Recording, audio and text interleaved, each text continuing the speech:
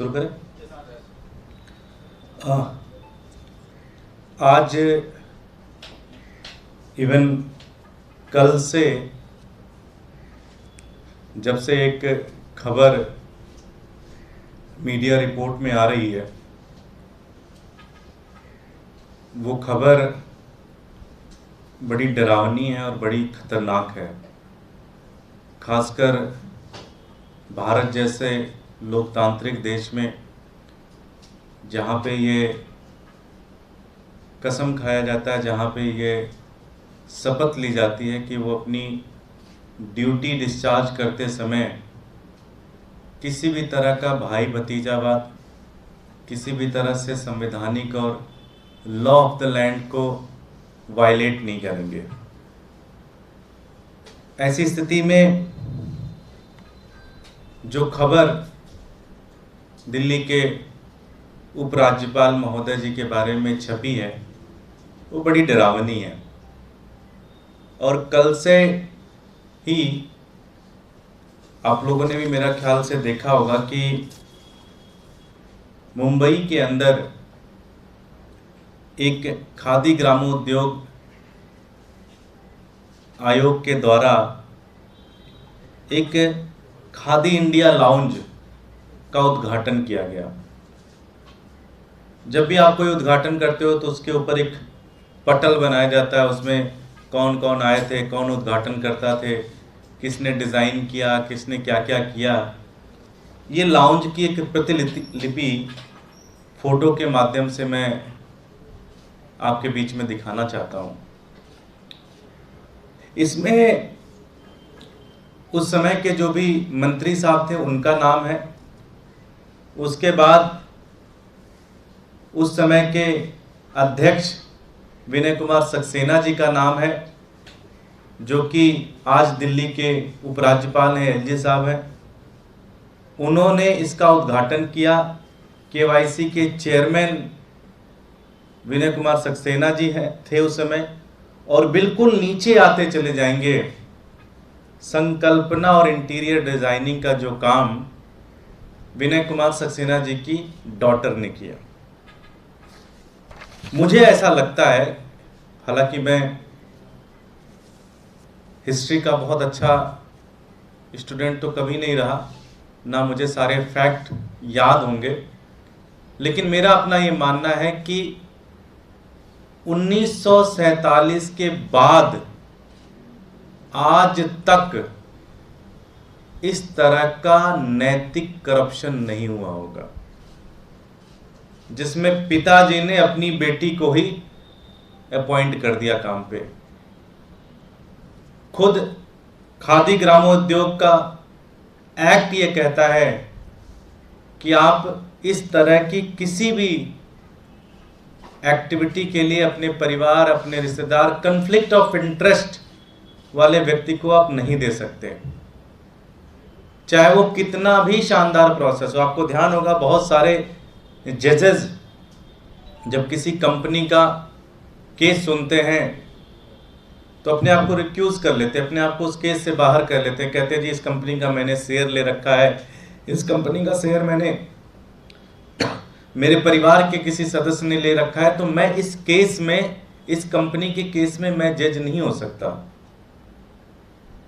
लेकिन पहली बार ऐसा हुआ कि खुद खादी ग्रामोद्योग के जो चेयरमैन साहब हैं, जो आज के एलजी हैं, विनय कुमार सक्सेना जी ने अपनी ही बेटी को उस काम के लिए इन्वॉल्व किया, जो कि मुझे लगता है देश के इतिहास में इस तरह का करप्शन कभी नहीं हुआ होगा।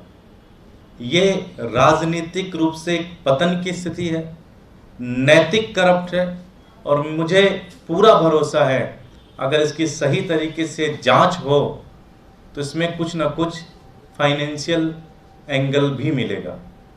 ये मुझे पूरा भरोसा है, अगर सही तरीके से इंडिपेंडेंट जांच हो कि भाई उसी कंपनी को ही टेंडर क्यों दिया गया, इनकी बेटी कैसे आ गई। ये एक विषय है। ये पहली बार हमने पिछले 10-12 दिनों से जब एलजी साहब से रिलेटेड बहुत सारे डॉक्यूमेंट्स हमारे पास आने स्टार्ट हो रहे हैं, तो ऐसा लग रहा है कि मामला काफ़ी गड़बड़ है और इसकी बहुत थारो इन्वेस्टिगेशन होनी चाहिए। हमने विधानसभा के पटल से भी ये मांग रखी कि किस तरह से 2 कैशियर्स ने रिटर्न स्टेटमेंट दिया कि एलजी साहब का पैसा वो ब्लैक से वाइट कर रहे थे, नोट बदल रहे थे। और ये दूसरा केस जिसमें उनकी बेटी डायरेक्टली इन्वॉल्व है, इसमें जांच होनी चाहिए। साथ ही साथ प्रधानमंत्री जी से एक प्रश्न है कि इस तरह के 130 करोड़ देश की जनसंख्या है, दिल्ली के लोग एक डिजर्व करते हैं एक ईमानदार एलजी को, एक एलजी जो उनकी हितों की रक्षा कर सके, क्योंकि इतने मजबूत और इतने महत्वपूर्ण पद पर जब दिल्ली के लगभग सारे बड़े डिसीजन, चाहे वो फाइनेंशियल हो चाहे वो जिस भी तरह के डिसीजंस हों, उसमें एलजी साहब का इन्वॉल्वमेंट होता है, तो ऐसी स्थिति में एक व्यक्ति को नॉन करप्ट होना चाहिए और उसको जो अपनी ड्यूटी डिस्चार्ज कर सके। ये सारी चीज़ें देखने के बाद ये लगता है कि वो अपनी ड्यूटी जो है वो डिस्चार्ज करने लायक नहीं है, उनको हटाना चाहिए। पहली दफ़ा इस तरह की चीज़ें हो रही हैं कि खुद अपनी बेटी को ही आपने रख लिया किसी काम पे, जो कि गलत है। ये नहीं होना चाहिए, नहीं होना चाहिए, नहीं होना चाहिए, ये बहुत गलत है। जब मनीष जी के ऊपर सीबीआई रेड पड़ी, आम आदमी पार्टी के सारे लोगों ने कहा जी हम वेलकम करते हैं, हम चाहते हैं कि हमारे खिलाफ हो जाए जांच, अच्छे से जांच कर लो। हमने पूरा सहयोग दिया। आपने लॉकर की चाबी मांगी, वो भी हमने दे दिया। आपने घर की चाबी मांगी, वो भी हमने दे दिया।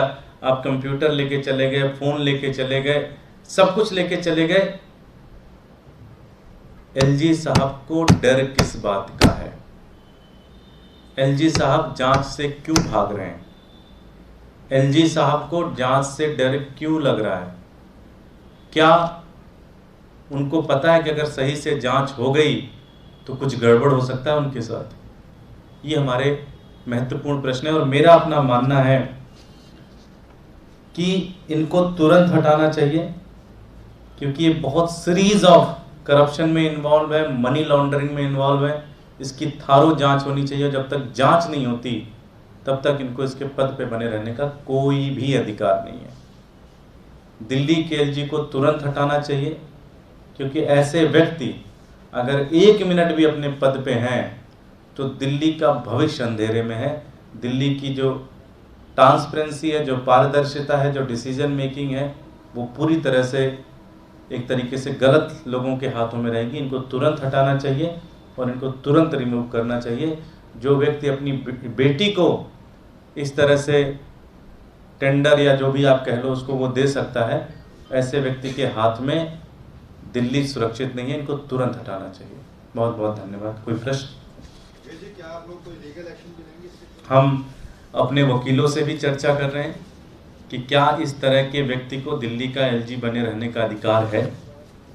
साथ ही साथ हम प्रधानमंत्री मोदी जी से भी विनम्र निवेदन करते हैं कि ऐसे भ्रष्टाचारी व्यक्ति को हटाना चाहिए। ऐसे व्यक्ति को जिस तरह से ये सारी इन्फॉर्मेशन जो आ रही हैं उसके आधार पे मेरा अपना मानना है उनको 1 भी मिनट रहने की जरूरत नहीं है। 130 करोड़ लोगों की पॉपुलेशन है, किसी ईमानदार व्यक्ति को लगाना चाहिए।